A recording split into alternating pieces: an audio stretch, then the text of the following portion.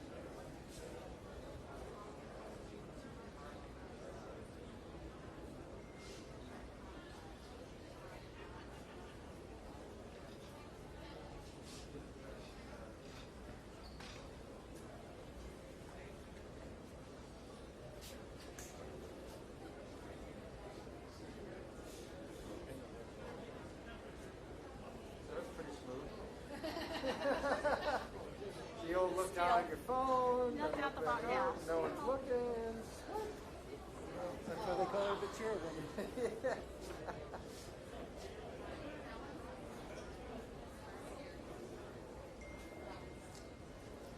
Friday.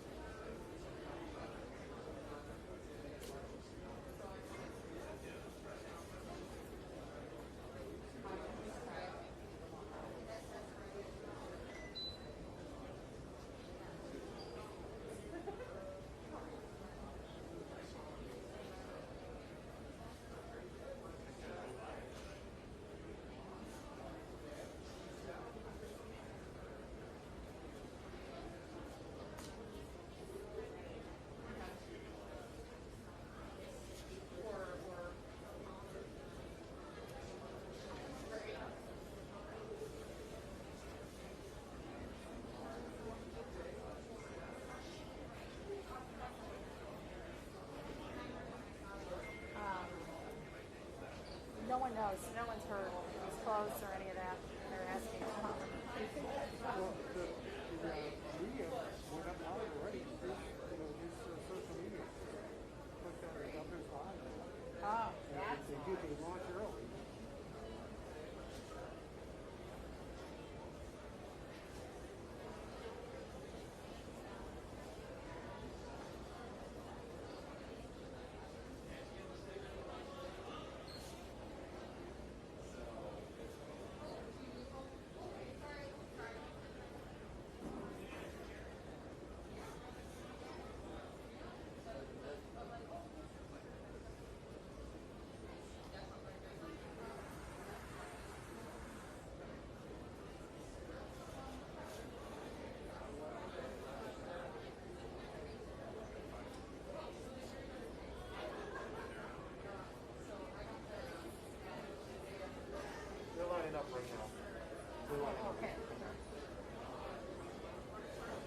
with you. Get ready to come in. What are they going to do? Walk around tour?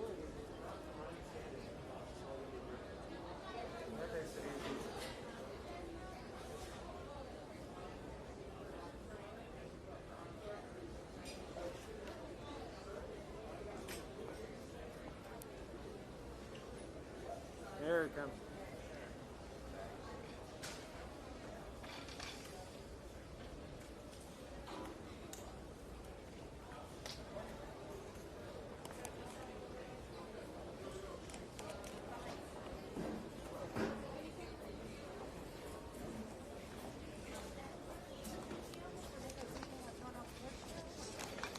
Morning.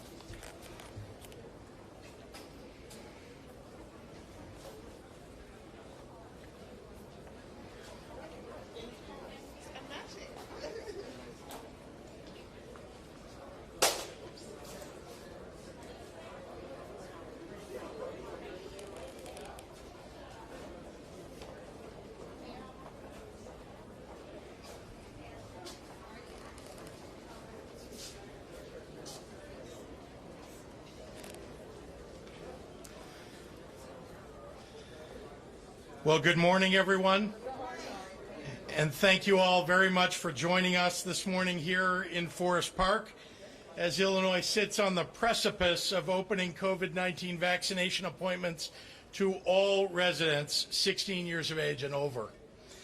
Let me also welcome the Illinois Department of Public Health Director, Dr. Ngazi Ezek, Cook County Board President Tony Preckwinkle, Cook County Health CEO Israel Rocha, Kane County Board Chair Corinne Pirog, and Representative LaShawn Ford, all of whom have played a critical role in our all-hands-on-deck COVID-19 vaccination effort. I also want to thank Mayor Hoskins for hosting us here in Forest Park and for his welcoming this vaccination center, which we opened not too long ago, and now are vaccinating thousands more than we were even at the very beginning of this facility. Folks, I'd like to ask us all to take a moment to think back to where we were just 1 year ago. On April 8th, 2020, 14,700 people in the United States had died from COVID-19, about 500 Illinoisans among them. The vast majority of states of every political stripe had implemented a stay-at-home order. Americans were banging pots and pans at dusk in gratitude for our healthcare heroes, hanging signs of love in nursing home windows, volunteering to deliver groceries for those most vulnerable. We showed up for one another. And experts the world over said it would be perhaps overly optimistic for us to see a vaccine to protect against COVID-19 even perhaps 18 months later. But the science has been there all along, waiting for the right disease to battle. The vaccines work, and they're saving lives, and they're protecting those who get vaccinated. The researchers and doctors met the moment, and we are grateful. Today, about 1 year from the beginning of the pandemic, the state of Illinois alone has administered over 6.7 million doses of vaccine. 73% of our seniors and 42% of our 16 and over population has had at least one dose. 25% of our adult population has been fully vaccinated. And as of this morning, I'm told that we're on track to break a statewide single-day vaccination record. We have everything we need to get to the other side of this crisis as vaccine shipments increase and more Americans are ready to be vaccinated. Starting Monday, every Illinoisan 16 and over, no matter where they live or where they work, will be eligible to access these life-saving COVID-19 vaccines. Weeks ago, we set our sights on April 12th as the date for every county receiving vaccine from the state to open to full eligibility. And I am so proud that all 101 counties plus suburban Cook County have met that timeline. As a reminder, even with improved vaccine shipments, Patience continues to be the watchword here. We continue to have special vaccine clinics for seniors and those most vulnerable, so some doses are still reserved for them. But it is important that we begin to address the whole population, because the danger of the new variants spreading means that we want every dose to get into arms as soon as humanly possible. The vaccine is the best weapon against the variants, and it's the fastest ticket back to normal life. In an effort to prioritize our highest demand counties, I'm proud to announce that as we move to universal adult eligibility, we are opening up 150,000 new first dose appointments next week alone for our 11 state-supported mass vaccination operations in Cook and the Collar counties, and area pharmacies open to any Illinois resident. That's on top of tens of thousands of newly available appointments at hospitals and local county sites and other mass vaccination sites throughout the region. Those appointments will open in the coming days, and many more will come after that.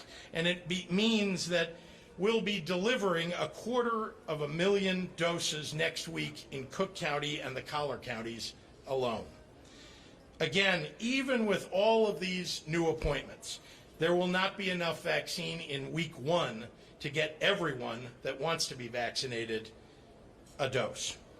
But vaccine doses will be arriving more quickly than ever before, and the public health system is doing everything in its power to get these vaccines into the arms of our residents as quickly as the federal government can deliver them. We have not only expanded appointments available, we've also increased the number of vaccination sites. As of today, we have more than 1,000 COVID-19 vaccination locations across the state of Illinois.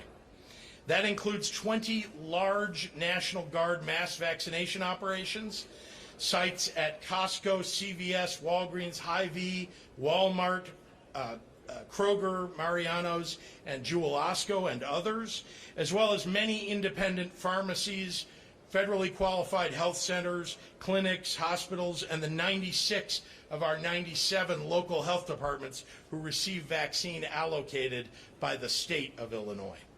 We also have dozens of mobile teams reaching into underserved communities, one-stop shop teams supporting rural communities, rapid response teams targeting areas with outbreaks, and state sites aimed at improving the vaccination rates of certain select counties. We can find, all of you can find the site closest to you at coronavirus.illinois.gov. And if you don't have a computer or you just prefer the phone, please dial 833-621-1284. That is a statewide hotline if you want to get a coronavirus vaccine appointment. 833-621-1284. Our fight to stay safe and protect ourselves isn't over, but with each day and each dose, we move closer and closer to putting this pandemic to an end.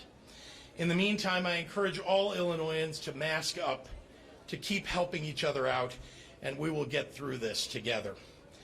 So thank you, and with that, I'd like to turn it over to a leader who has given her all, each and every day, to save lives and keep us safe. Someone that I am so proud to call our IDPH director, Dr. Ngazi Ezek. Doctor.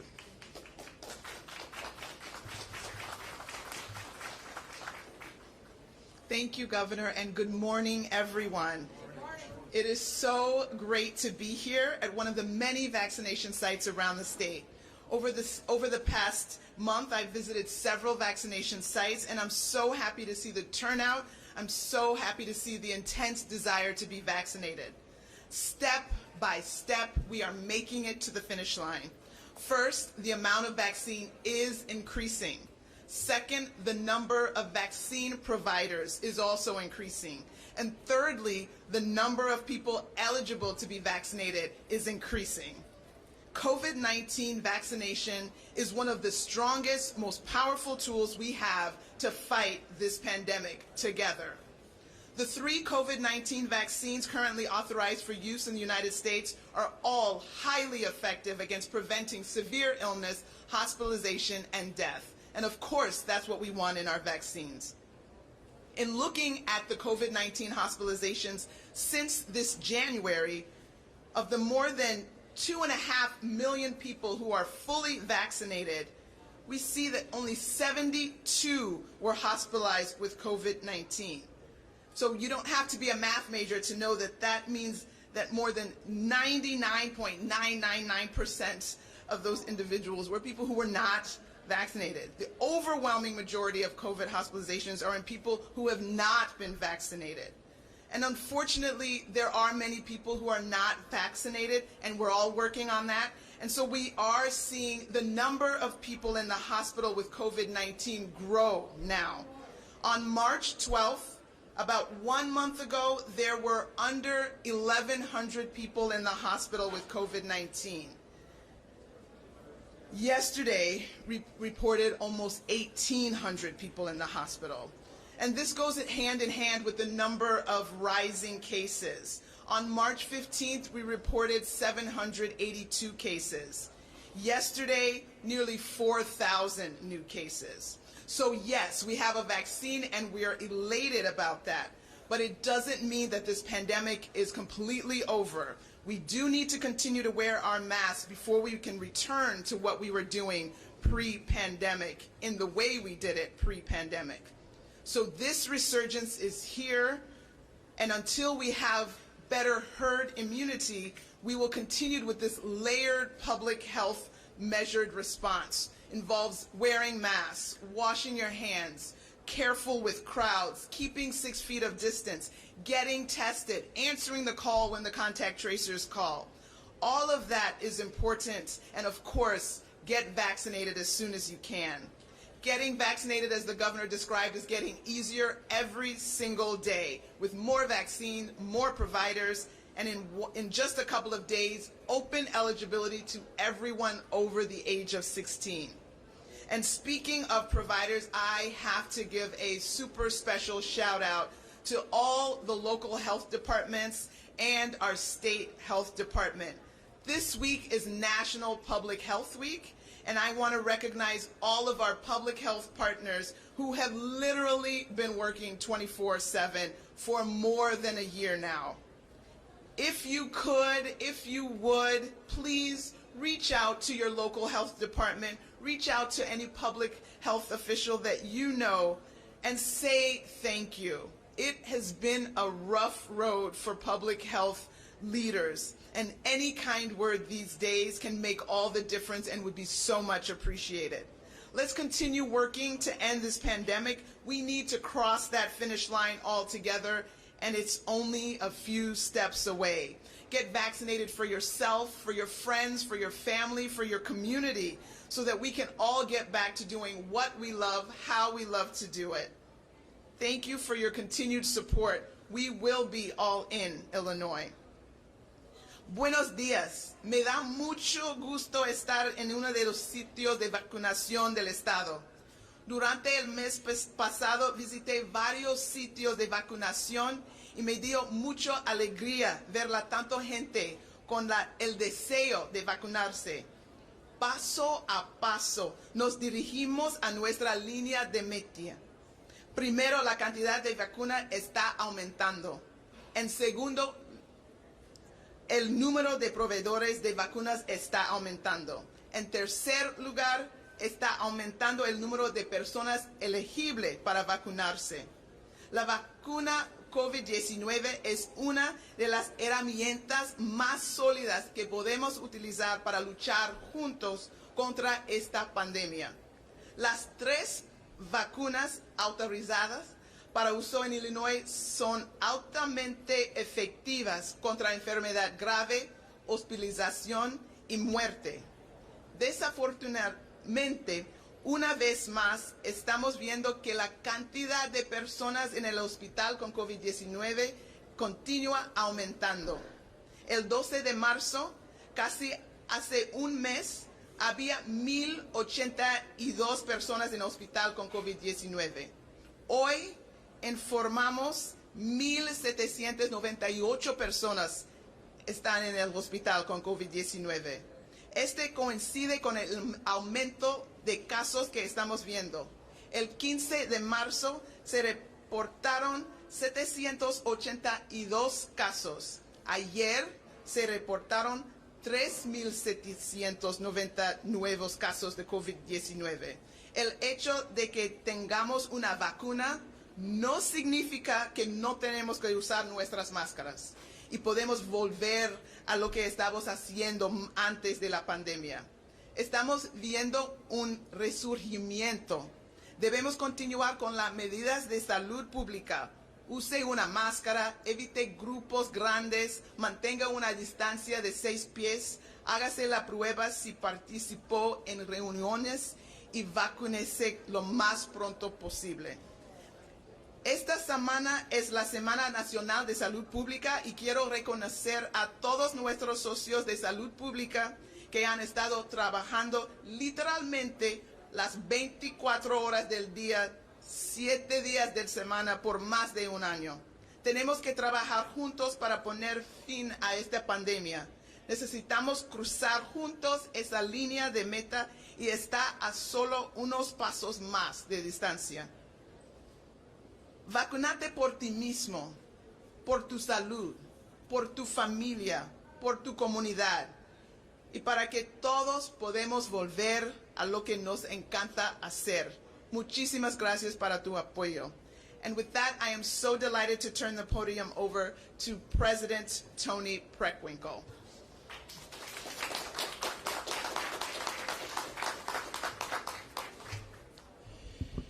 Thank you very much, and good morning, everyone.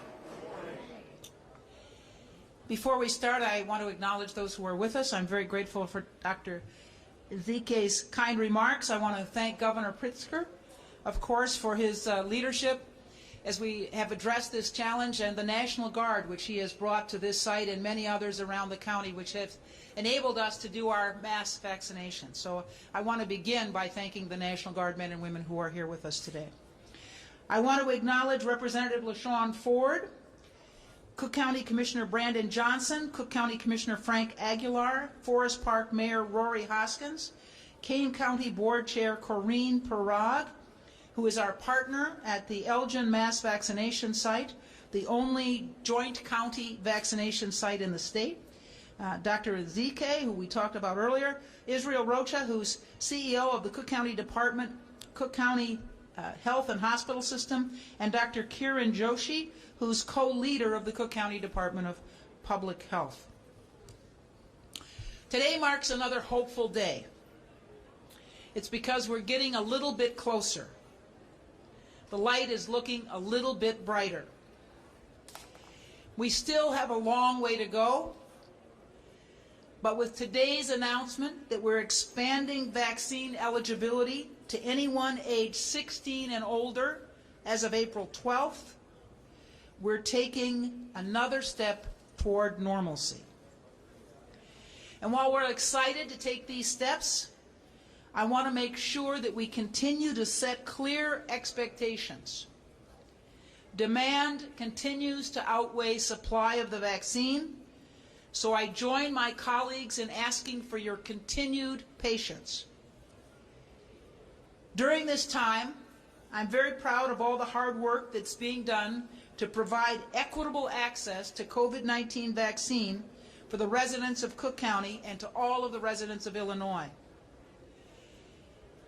There is no doubt, however, that some of our most vulnerable communities have been disproportionately impacted by the pandemic, and to get to the other side of this extraordinary moment, we need to continue vaccinating as many people as possible.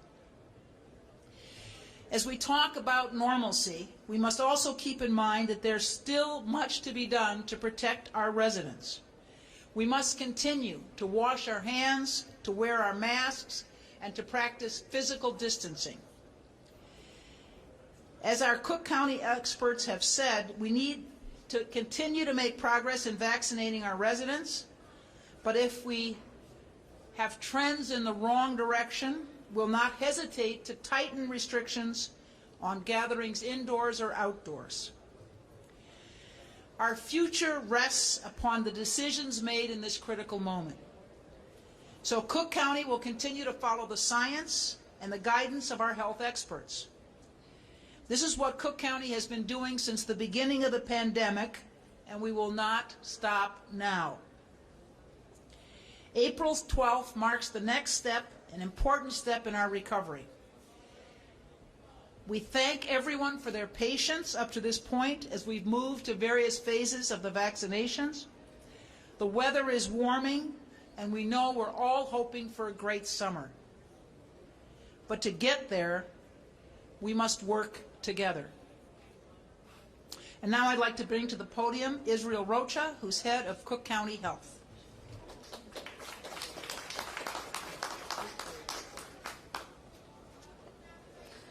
Good morning, everybody.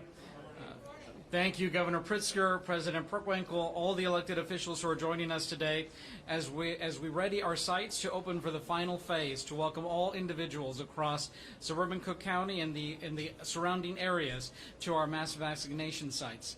It was just 3 weeks ago that we opened this site, and since then we've already provided 31,000 vaccines here at this one location. Each week our volumes increase as we make more and more progress. On February 19th, we hit our goal of 100,000 vaccines administered through our Cook County mass vaccination sites. On March 18th, barely a month later, we reached over 250,000 doses. We hit 300,000 a week later, and already this week we have hit 400,000 and on our way to administering our goal of over 1 million doses administered here in suburban Cook County and service to everyone in our surrounding communities. And while these are important milestones, we have a long way to go. There are millions of people who want the vaccine. We ask for your continued patience, but we do give examples that our pace is quickening. We have over more than 1.2 million individuals registered on our website still waiting to be able to get a vaccine, and we expect that we will move and increase this number as we move into the next phase. The number will continue to increase. Many, many people are making the decision to get vaccinated, and we know that others are waiting to see how their friends and family will tolerate it. But we want to remind everyone that this is a very personal decision. We ask you to get the information, get the facts, and rely on facts and science to make your decisions to protect yourself and your family. One that some people will make quickly and others will take more time. It is a decision that we know is one of the things that we need to make personally. And research suggests that one of the biggest concerns are the side effects. So please allow us to reiterate what physicians across the country are saying. While you may experience arm soreness, a headache, fever, chills for 24 hours, the side effects of the vaccine are far better and much more mild than having the COVID experience. For those of you who have been at all of our openings, you've heard us say this is a marathon, not a sprint. We do want to give demonstration that the pace is quickening. We continue to be here, and as we said always, we will be here with you throughout the duration until the last person who wants a vaccine has been able to receive it. We're not going anywhere, and we will continue to be your partners as we help to bring an end to the COVID-19 virus. Next, it is my pleasure to bring forward our partner in vaccination in one of our new joint sites, and to bring forward Kane County Chair Kirog to please come forward. Thank you.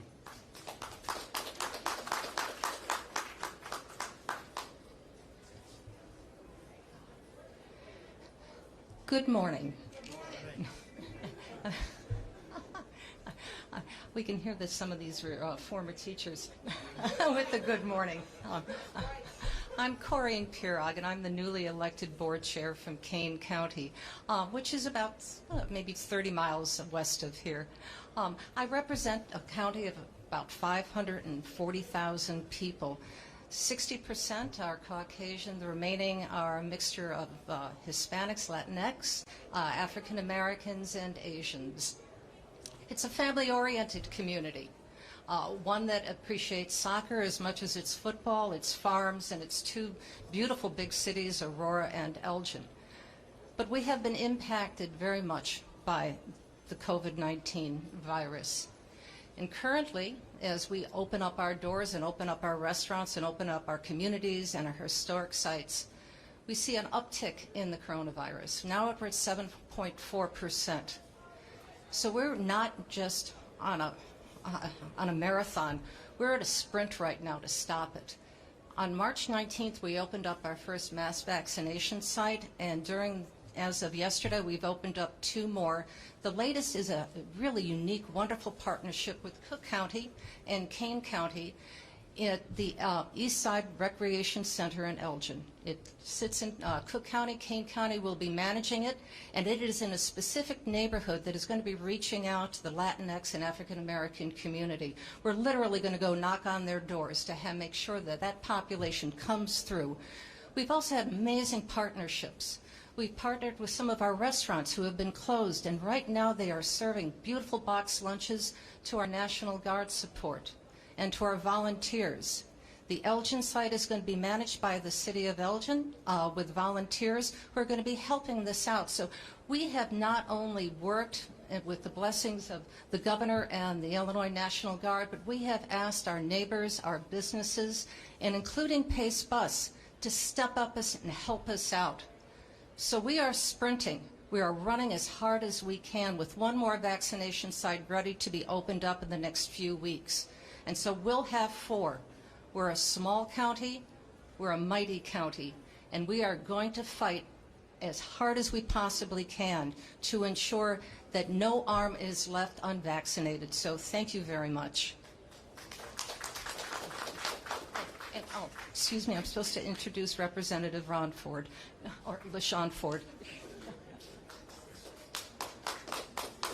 Thank you for the introduction, and good morning.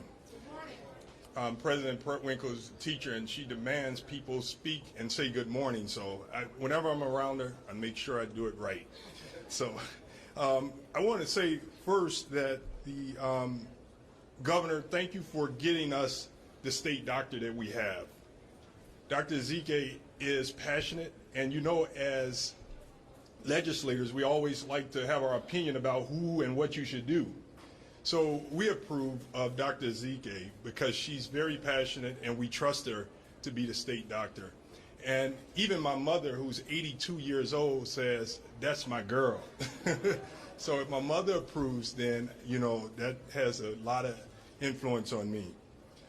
I also want to introduce someone that's very excited about the fact that 16-year-olds and older will have the opportunity to take the vaccine. And that's Nellie Vasquez-Rowland from Safe Haven. She takes care of families. And what you have in the shelters are people that's 16 and a little older, but they couldn't get the vaccine because they were too young.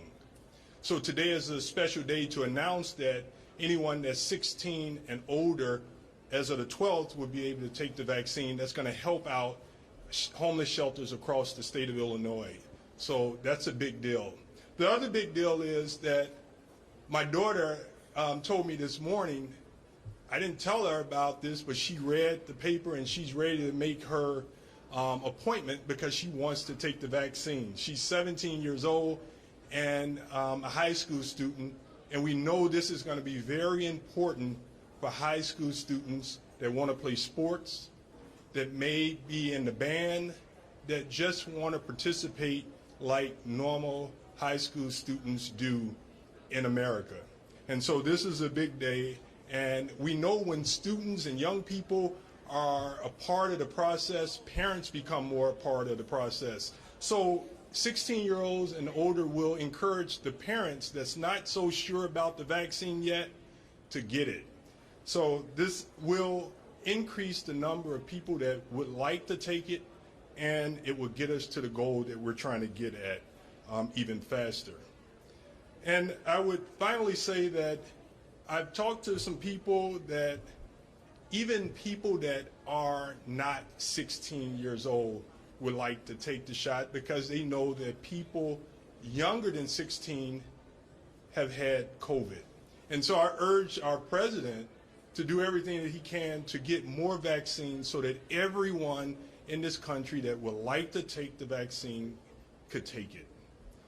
And with that, I would like to bring back our powerful governor, Governor J.B. Pritzker, to bring it home. Thank you, Governor. Thank you, Representative. Happy to take questions from members of the media. Sheldon, if you're Craig. opening up to everyone, why allow Chicago to not providing what everywhere else in the state is doing?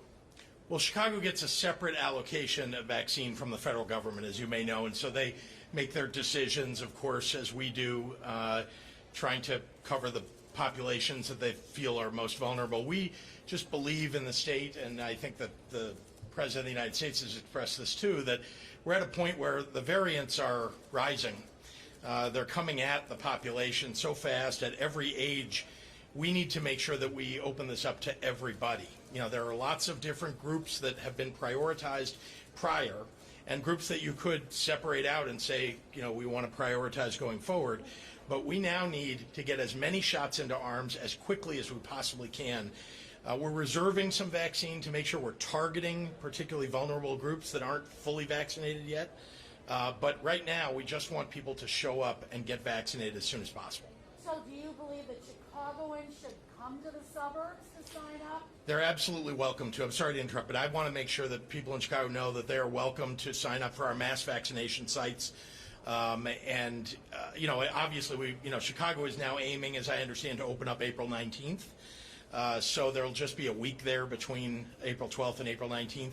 But if people choose to come to our mass vaccination sites, they're absolutely welcome. Do you believe that Chicago's vaccine rollout has been too complicated? Look, this is such a challenging time in our history. Nobody's ever done this before. No country's ever done this before. This is literally a once in a, I don't know, multi-century or ever situation. It has been challenging for everybody. So all I would say is that the ACIP guidelines that the CDC put forward were complicated to begin with because we didn't have enough vaccine. And we still don't have enough vaccine for everybody all at once. But the significant increase in vaccines has made it now available. If people will be patient, we can make more and more appointments available beginning, and we are, April 12th and beyond. So I think it has been a complicated endeavor for everybody. Can I follow up with just the vaccines? Because there were some problems with Johnson & Johnson that was delaying stuff. Yeah. Is that going to impact your ability to get the more vaccines out? And the second part of that is, are the extra vaccines you talked about, what the President and the CDC announced was 90 million more to help access the other day? Say that last part, I just didn't hear you. The CDC announcing just the other day they're going to make 124 million available to the entire state. Is that where the extra vaccine is coming from? Yeah, the dollars are different than the vaccine doses, but let me start with the Johnson & Johnson disruption that occurred. Yeah, there were 15 million doses that were manufactured that had to be destroyed. There was a mistake in the manufacturing. The good news is the FDA is very good at this, and so they've caught it long before it ever would come to any of the states. And they've destroyed those doses, and now they've reworked those lines, and they'll be safe. So 15 million doses would have been distributed over some time to the states, and those are lost. Having said that, remember that's from one manufacturer. We have two other manufacturers, and Johnson & Johnson is still manufacturing at another plant and significantly increasing the number of doses available. So again, yes, 15 million doses being lost is a big deal, but at the same time, millions more doses are being added every week to what's being distributed to the state of Illinois and to the rest of the country. So I feel good about the trajectory here.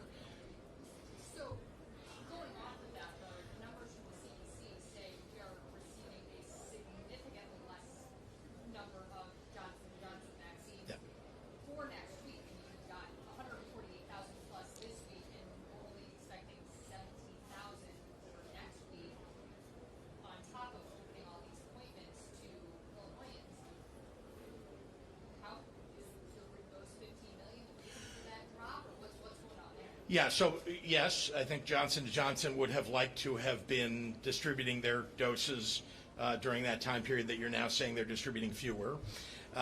There was always going to be a lull in the Johnson & Johnson manufacturing even after the new doses would have come, because they are ramping up their manufacturing. As you know, they were approved later than the other two manufacturers. But let me be clear, we have increasing doses available to people. That's why we're able to offer more appointments in Cook and the Collier counties, significantly more appointments over the coming week for first doses. So and over the coming weeks, because the other manufacturers are increasing their distribution of doses. And we also have, as you know, there are inventories that exist around the state of Illinois, and those are being pushed off the shelf to make sure that we have enough vaccine going out and an increasing amount. So I'm very optimistic. I mean, look, nothing is perfect in this process. There's no doubt about it. But look around you. We are at a mass vaccination site. It is busy. And we are so pleased to see it. You know, the life that's here is giving life really to the state of Illinois and to the people of Illinois, and I'm very proud of that. Dr. Ezek, could I have a question to you, please? What about the double mutation variant, and how concerned are you about that? Do you think it's here in Illinois? So we keep hearing, we get updates from the CDC regularly about the variants of concern, the variants of significance, and so we know of the ones that are predominantly circulating here in Illinois. That's the B117 that was first identified out of the UK. That's the majority of the variants we see is there. We know that viruses mutate all the time. When there are people who are susceptible to infection, that is what the virus needs to mutate. So there are viruses and variants that are going to be happening as well. What we don't know about all of these variants, and that's what we're going to be continually studying throughout this process, is what are the properties of this variant? Is it more transmissible? Will it evade vaccine protection? Will it evade natural protection? So as we continue to sequence the variants, sequence the samples that we have, we will learn more and more. But yes, we know that new mutations will continue to be developed, and with time and research, then we'll be able to figure out what's the significance of these new variants that come on board beyond the kind of established players that we're more aware of now. Can you explain at all, Texas, that opened up and no masks, seem to have less cases right now than we do?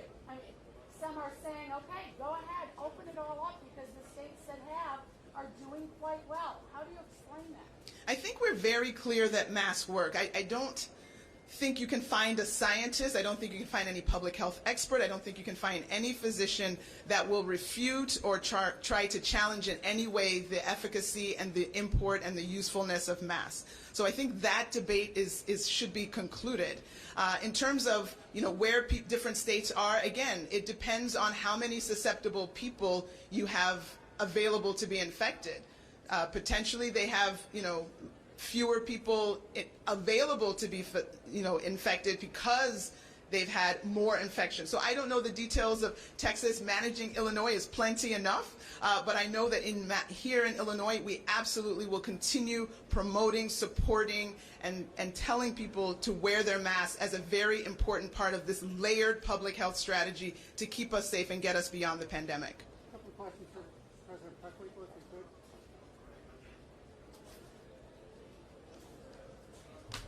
Can you tell us what metrics you're looking at for instituting more of the mitigation, further restrictions? Sure, I'm going to ask Dr. Joshi, who's co-leader of our Cook County Department of Public Health, to respond. Thanks so much. Good morning, everyone. Simply put, we look at a number of metrics, including case rates, case positivity, and hospital utilization. As my colleague indicated earlier, we're at a time of great hope, but also a time of great uncertainty.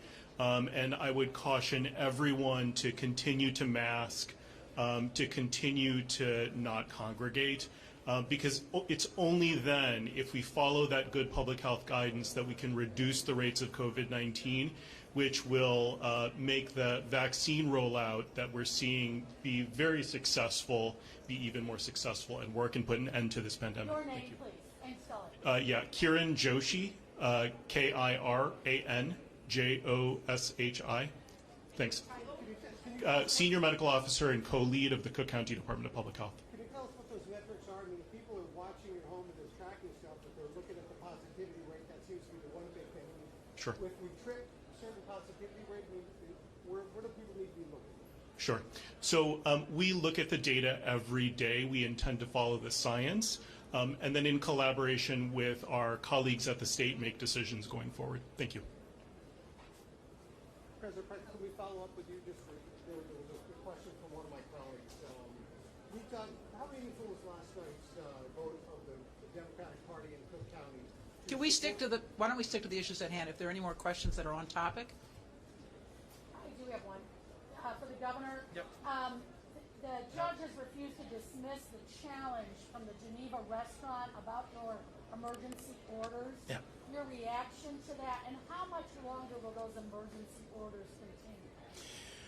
Well, we want to keep people safe and healthy through the end of this pandemic, so we're going to do everything that we can. If it requires emergency orders, we're going to do that. As to the, the case, the legal challenge that you're referring to, as you know, there have been a number of right-wing organizations that have stoked some of these lawsuits, and they continue to try to poke and prod to find something, anything. They've lost at every turn. This is just another one of those cases. So, I expect that this will, they're just looking to stay in court, not get dismissed like so many of their colleagues have been. So we'll see where it ends up. But I have every confidence that we have followed the rules, followed the law. The Attorney General's office has confirmed that. Our governor's office legal team has confirmed that. And, in every court, nearly every court, has confirmed that. And where they haven't, they've been overturned. Yes. We know that Johnson & Johnson is used in places like the Aurora vaccination site, the Union Hall, and Tinley Park. How is this lack of allotments coming in going to impact places like that? Are we anticipating cancellation of appointments or a closure possibly even temporarily? So let me be clear that, first of all, each location certainly communicates with the folks who sign up for their appointments directly. What I can tell you is that every one of those locations and the local public health departments is doing their best to make sure that no appointments get canceled, and that to the extent that someone expected to get a certain kind of dose, that they will get a dose. It just may not be the Johnson & Johnson dose that they get. We've got to keep moving here. Even when there are some people who prefer the one-shot dose, some people who choose the other, for whatever reason, the other two. And all I can tell you is that even just getting that first shot in your arm and having that in there for 14 days while you're waiting for the second shot is an enormously beneficial thing for protecting people. And so we want to just keep this train moving. We want to keep people showing up and getting their vaccine. And obviously we'd all love to have one-shot vaccines, for everybody. We don't right now. There are more that may come online. Johnson & Johnson is doing its best to get more vaccine to the states as fast as it can. Wait, Thank can we you. do an off-topic, please? Okay. President Preckwinkle, could you talk about what happened at last night's Democratic Party to endorse the school board legislation?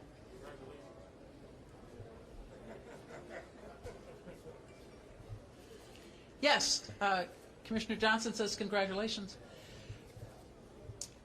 Anthony Quezada, I think I pronounced his name correctly, came to me in the summer of 2020 after he had been elected to the Central Committee person for his ward, and said that he was interested in having a policy committee for the party. And I said, that's a great idea, you chair it. So he put together, among the members of the Central Committee, a policy committee. They came to us in January with a resolution in support of additional stimulus to individuals and families to support folks who are struggling as a result of the collapse of the economy due to the pandemic. So at the January meeting of the Central Committee, we approved a resolution in support of more stimulus. We also approved a resolution that did not come out of the policy committee but came frankly directly from me, related to immigration and our support for reasonable immigration policies in this country. The policy committee met after the January meeting in March, and on the day in which they met, the proposal to have an elected school board in Chicago passed House committee. And they took that up at that meeting, that policy committee meeting, which had been previously scheduled, and voted to support an elected school board unanimously. It came before the Central Committee last night, the report of the policy committee in support of Senator, thank you, I don't want to say Markowski, Rob Martwick's bill in the Senate, and Delia Ramirez, I think, is the sponsor in the House. Is that right? Yeah. So the Central Committee voted overwhelmingly. I think there were 5 dissenting votes in support of an elected school board. Is this meddling in Chicago's business, though? The Policy Committee of the Central Committee has provided advisement to our members of Congress around stimulus and immigration, and now provides advisement to the city. No, in other words, that's not an answer. Oh, my goodness.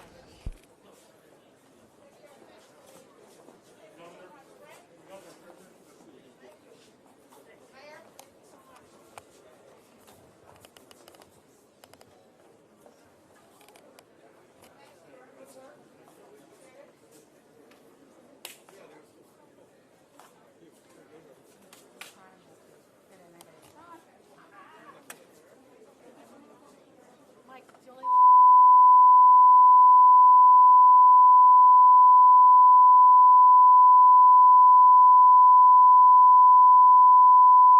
We'd first want to explore whether changes to our rec procurements, such as the index rec price proposal found in the Path to 100 bill, could accomplish these same ends before exploring the idea of having those customers for whom we procure energy then being subject to long-term energy contracts.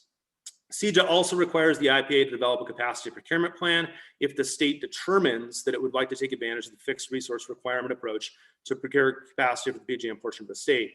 As relative to prior versions of CEJA, this FRR text is now much shorter and more open-ended and would require the IPA to exercise a lot more discretion